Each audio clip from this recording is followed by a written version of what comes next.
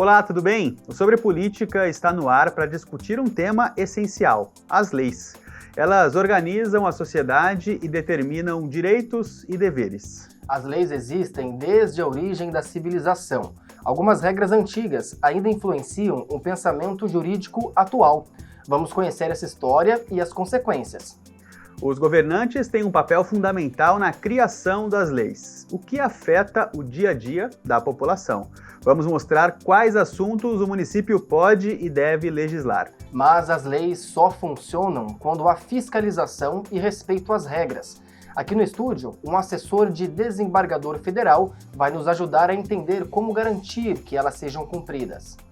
O respeito às leis mantém a ordem e protege os cidadãos. Por isso, hoje vamos conversar sobre toda essa história e aplicação. Fique com a gente. O Sobre Política está começando.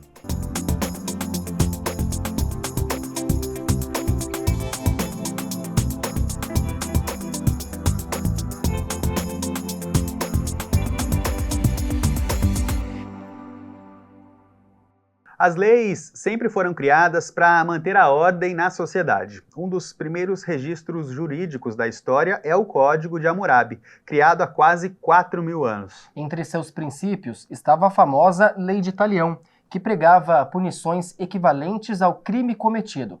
Ainda hoje vemos reflexos dessa ideia. Na reportagem a seguir, a gente vai entender essa evolução. Você já ouviu falar na expressão olho por olho, dente por dente? Essa famosa frase é usada para se referir à Lei de Talião, que ficou mundialmente conhecida por dar base ao primeiro código de leis escrito da história, o Código de Hammurabi. Criado em 1772 a.C., o documento foi elaborado pelo rei Hammurabi, com o objetivo de ordenar as relações sociais e unificar o Império Babilônico, na Mesopotâmia.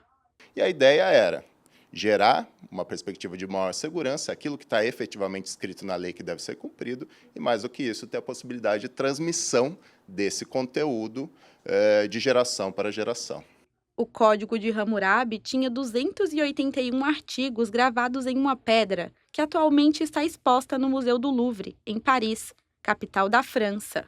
As leis determinavam que a punição do criminoso deveria ser semelhante ao crime cometido. As sentenças escritas estavam relacionadas ao casamento, à escravidão, ao trabalho e a acordos comerciais. Além disso, para cada classe social, homens livres, fidalgos e escravos, era determinado um tipo de punição. Alguns grupos, algumas classes eram punidas com maior intensidade, ao passo que outras classes com um pouco mais de privilégio tinham um pouco mais de tolerância.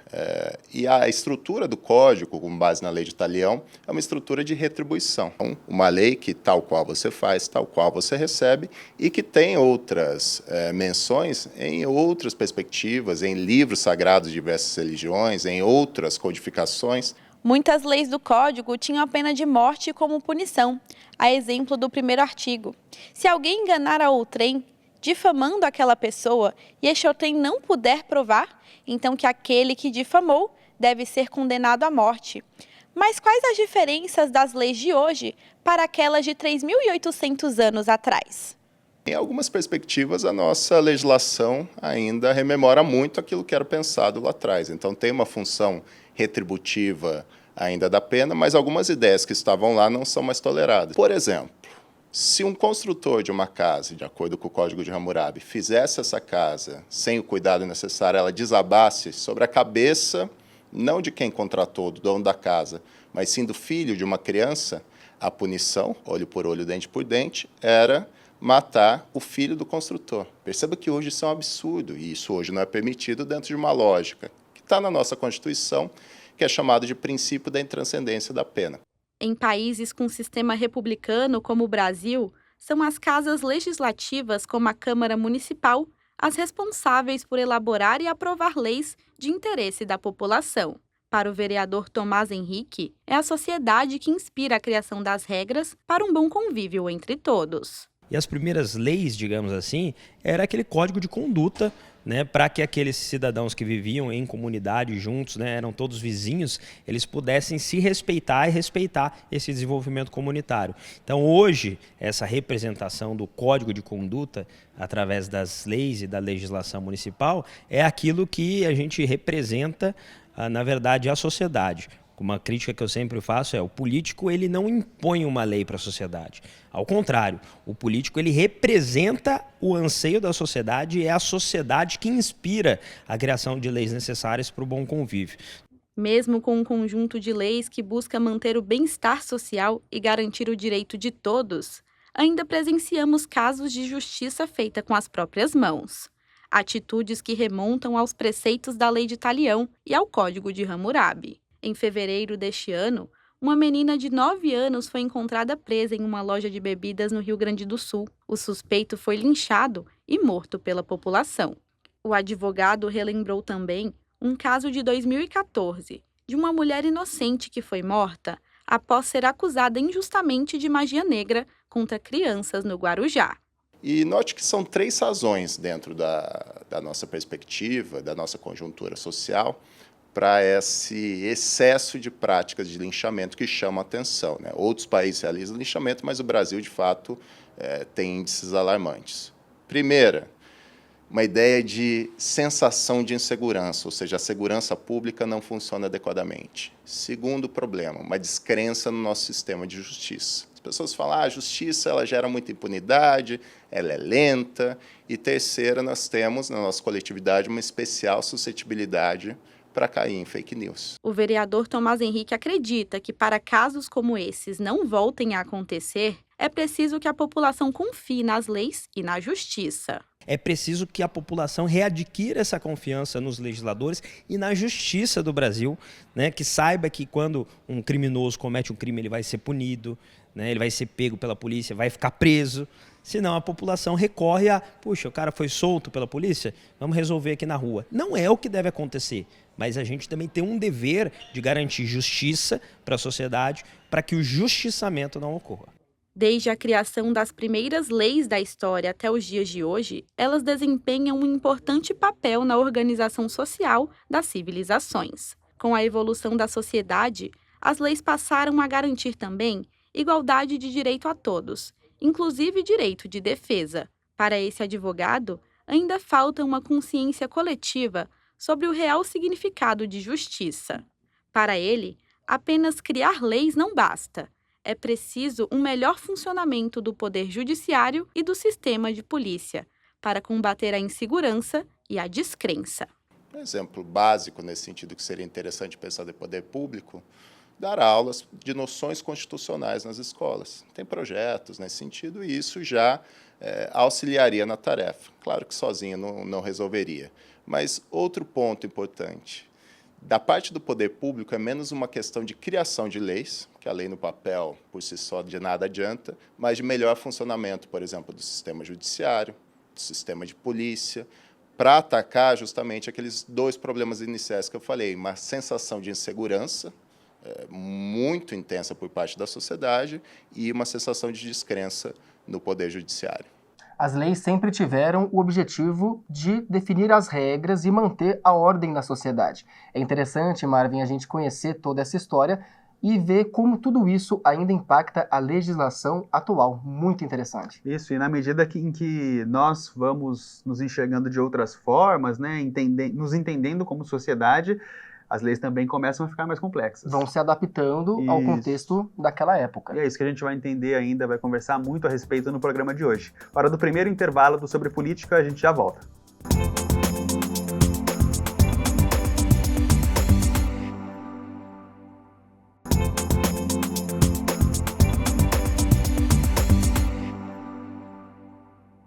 O Sobre Política está de volta e olha só, criar leis é fundamental, mas garantir que elas sejam cumpridas é um grande desafio. A fiscalização e a aplicação da justiça são essenciais para manter a ordem. No Brasil, órgãos e instituições trabalham para garantir que as leis sejam cumpridas, mas desafios ainda preocupam.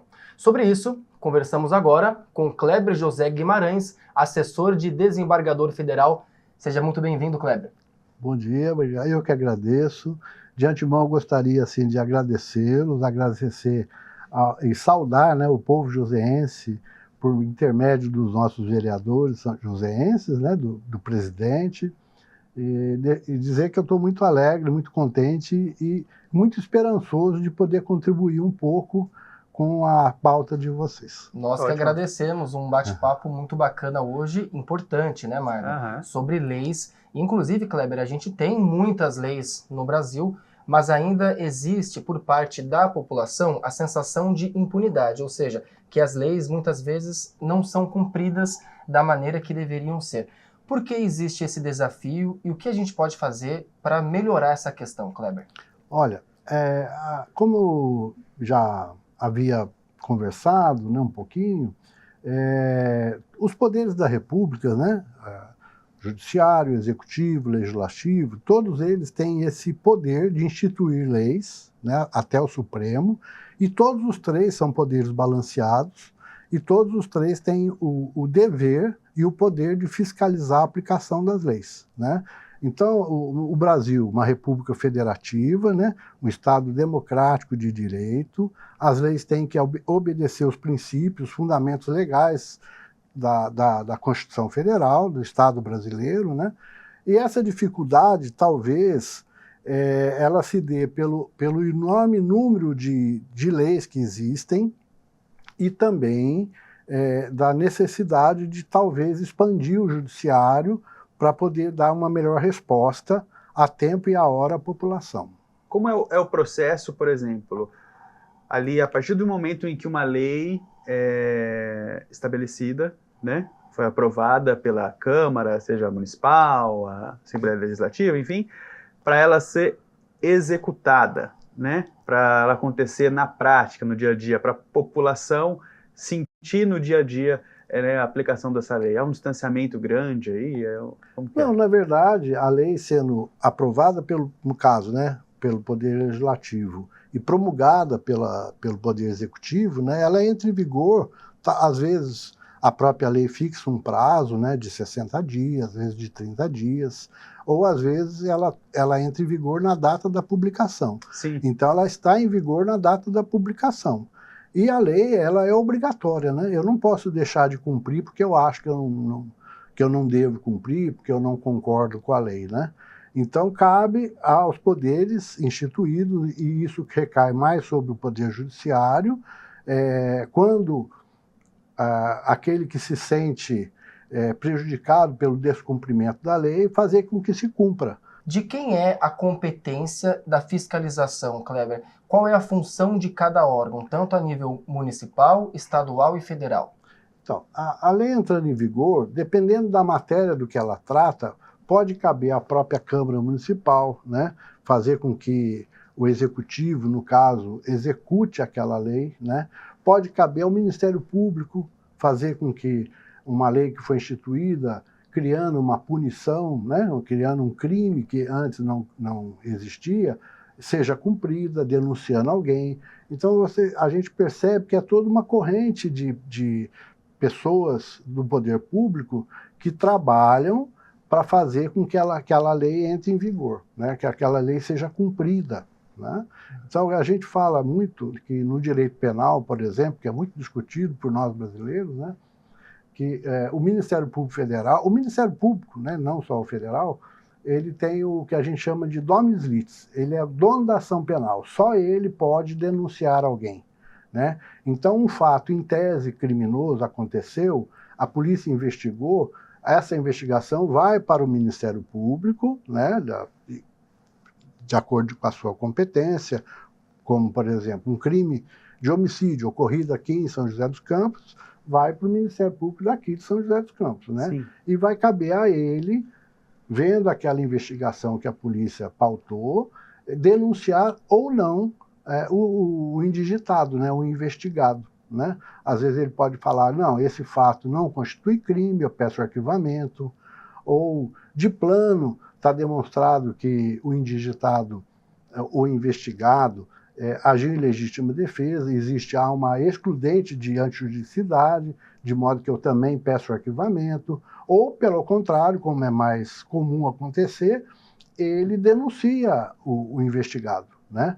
E a partir dessa denúncia, né, que essa denúncia ela é uma palavra assim, técnica na área do direito, porque ela inicia a ação penal. Até então, há um fato em tese criminoso, enquanto não for denunciado, existe uma perspectiva em tese de que esse processo possa ser arquivado, esse inquérito possa ser arquivado. No momento em que o Ministério Público oferece uma denúncia, e essa denúncia é recebida pelo Poder Judiciário, né, parece até uma coisa assim muito simples, né? Receba a denúncia. Quando o juiz põe receba a denúncia, essa decisão do juiz, né, receba a denúncia porque ela está formalmente em ordem, realmente há um crime em tese cometido e tal, e aí começa a ação penal e começa uma série de problemas, né, de correr prazos, de prescrição, que o Estado tem que correr atrás para não deixar prescrever. E, Kleber, o senhor falou a respeito da esfera criminal, e ela é um exemplo interessante quando a gente fala, por exemplo, do comportamento da população diante de algum fato ali que vai ser ou foi julgado, né? Uhum. Tem uma questão moral de se esperar de ver o caso, às vezes, como impune, né, uma impunidade, ou se esperar uma condenação maior, enfim. Também tem uma questão moral e de comportamento envolvida nesses casos, nessa percepção da população da impunidade, às vezes? Olha, isso está muito acirrado no Brasil, né, porque, infelizmente, a população toda está sofrendo com a criminalidade, né? Você não pode sair com o celular na rua, que é furtado ou roubado. Os crimes violentos estão cada dia mais evoluindo, né? De modo que essa situação, às vezes, acontece que deixa a conclusão que o judiciário, mesmo recebendo, ele tem que cumprir a lei, né? O juiz, ele não pode agir com a cabeça dele. Eu gosto dessa cor, não gosto dessa cor, vou condenar, vou absolver. Os juízes, né, estão adstritos à lei, né? Então, um exemplo que eu dou, né? Foi instituída há pouco tempo, há alguns anos, no Brasil, a audiência de custódia, né? E hoje se fala muito, a polícia prende, o judiciário solta, né? Mas isso está na lei, né?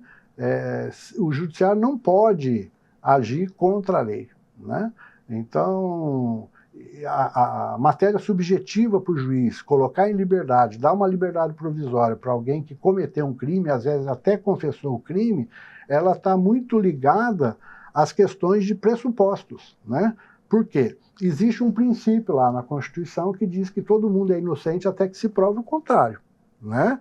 Então, e até que se prove o contrário, e até que tenha uma decisão transitada em julgado, né? Até que a sentença seja transitada em julgado. O juiz condenou, o réu não recorreu, o Ministério Público não recorreu, essa sentença transitou em julgado, nós vamos executar essa sentença, tá? Kleber, muito obrigado pela sua entrevista, um bate-papo muito bacana. Obrigado. Assessor de desembargador federal, trouxe toda a sua bagagem para conversar com a gente. Seja sempre bem-vindo à TV Câmara. Eu que agradeço, espero que tenha contribuído um pouco, né, com a sociedade joseense. E, de novo, agradeço a vocês, né, pela recepção, pela educação, pelo privilégio de estar aqui. Muito obrigado. Seja sempre bem-vindo. Um assunto muito importante. É importante, Marlene, que a gente debata, que a gente entenda como são criadas as leis e como elas são executadas e como são fiscalizadas. Tudo isso para garantir segurança e, claro, justiça quando a gente precisa. Exatamente. Essa perspectiva do ponto de vista ali de você saber, entender o papel do judiciário, né? É muito interessante ele ter explicado essa questão de não é uma decisão que torna a mão mais leve ou mais pesada, é fazer cumprir a lei, né? Não é uma decisão exclusiva, depende Isso. de vários órgãos competentes. Isso mesmo. Bom, o Sobre Política faz mais um intervalo, daqui a pouquinho a gente volta.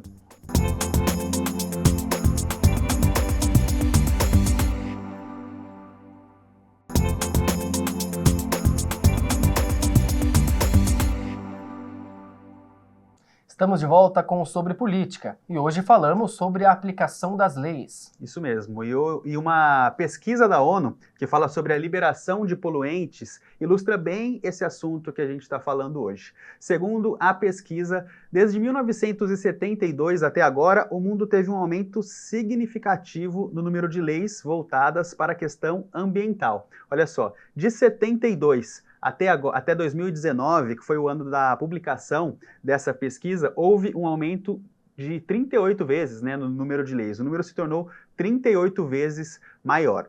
A pesquisa não divulga números consolidados a respeito dessa proporção, mas traz alguns números, né, para essa discussão que são importantes. Olha só, a partir dessas leis foram criados mais de 1.100 acordos ambientais e mais de 350 tribunais ambientais foram estabelecidos em 50 países diferentes. A pesquisa também mostra outra coisa importante: a participação popular que a legislação a respeito do assunto traz. Aqui elas estabelecem alguns tópicos que se retroalimentam. O que isso quer dizer? As leis fazem com que essas coisas aconteçam e essas coisas também colaboram para a criação de novas leis. Olha só, envolver o público desde o início. As pessoas passam a ter mais conhecimento a respeito do assunto. Procurar maneiras de participar justamente a respeito desse conhecimento obtido. Utilizar várias abordagens. A partir do momento em que há uma lei e se começa a falar a respeito dela, as pessoas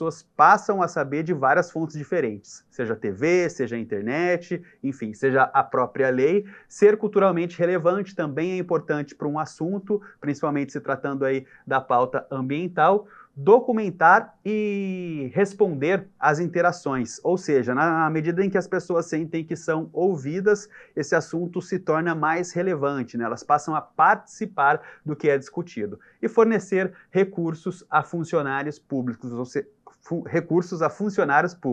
ou seja, capacitar as pessoas envolvidas na execução prática das leis, né? A partir disso, passa a acontecer o quê?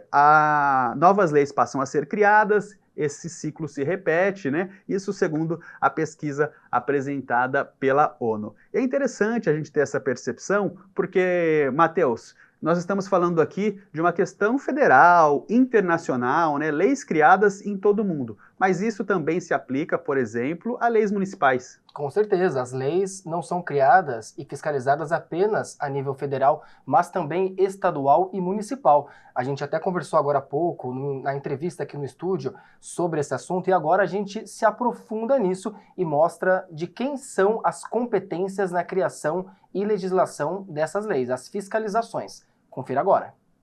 A vida acontece nas cidades. É onde moramos, trabalhamos e construímos nossas histórias. E para que tudo isso funcione como uma sociedade, existem regras.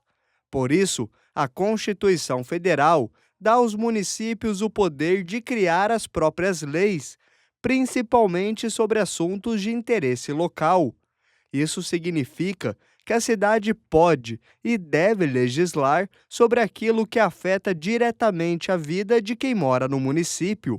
O artigo 30 da Constituição Federal, ele estabelece ali uma série de disciplinas que são da competência do município para legislar, mas sempre, de uma forma resumida, buscando ali o interesse local. Eu posso utilizar ali o interesse de, por exemplo, distância de postos de gasolina. Né? O município pode falar, um posto tem que ter tantos metros ou quilômetros de distância um de outro, mas eu também posso legislar sobre nomes de praças, de ruas e disciplinar ali o interesse local. É importante saber que esse poder tem limites. As leis municipais não podem ir contra o que diz a Constituição Federal e a Constituição do Estado. E não se trata de uma hierarquia simples, na qual a lei federal manda mais, e sim que existe uma divisão de competências. Por exemplo, se uma lei federal invadir um assunto que é de interesse local, é a lei municipal que deve valer.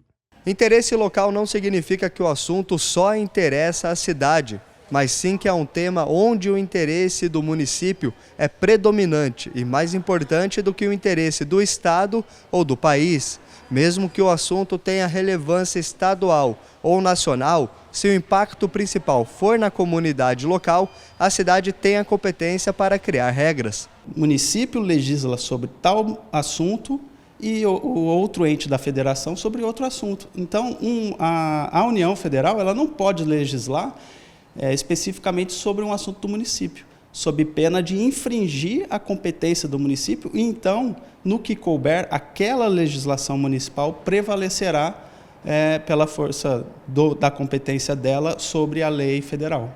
Na prática, a competência municipal inclui criar programas de saúde locais, cuidar da vigilância sanitária, estabelecer normas para as escolas e creches municipais. Além disso, os municípios podem criar leis para proteger o meio ambiente dentro dos limites da cidade, incentivar a cultura e o lazer e até mesmo definir e cobrar tributos municipais importantes, como o IPTU e o ISS. Todos os tributos têm uma destinação prevista em lei, prevista na legislação, seja ela no município, no estado ou na federação. Então, o primeiro requisito é o cumprimento dessa destinação legal, para a gente entender exatamente o que é que está sendo previsto e como isso vai afetar a vida do cidadão, como isso vai contribuir para o crescimento econômico local. Essa é a primeira premissa. A segunda premissa é a efetividade do gasto. Se realmente aquilo que foi previsto foi gasto tal como está descrito na lei. O planejamento urbano também é uma atribuição legal do município. É a partir de leis municipais, como o zoneamento e o plano diretor, que são definidos, onde pode construir, qual o tipo de construção é permitida em cada área e qual a diretriz para o crescimento da cidade. Outro ponto é a elaboração das leis orçamentárias. Tanto o município quanto o Estado e a União são responsáveis por leis próprias. O orçamento público segue um rito de elaboração. Então, esse rito tem que ser cumprido. Inclusive, ele é previsto em lei. Os tempos, os períodos em que tem que tramitar nas devidas alçadas aquele orçamento que foi elaborado. E dentro dessa aprovação do Legislativo, que também dentro dos prazos, é que vai liberar efetivamente os gastos para parte do Poder Executivo. Ter uma legislação municipal boa, eficiente e conectada com a realidade local é fundamental. São essas leis criadas aqui, perto de nós, que ajudam a organizar a vida em comunidade e a resolver problemas específicos para construir uma cidade melhor e mais justa para todos os moradores. A Câmara Municipal, ela legisla ao interesse dos cidadãos, buscando ali o bem comum, uma sociedade mais democrática, mais justa e igual. Então, nesse diapasão, o que existe é o interesse dos vereadores em legislar, buscando o interesse comum daquele município, seja dos assuntos relacionados à sua competência, mas também complementando os assuntos relacionados de competência da federação ou dos estados.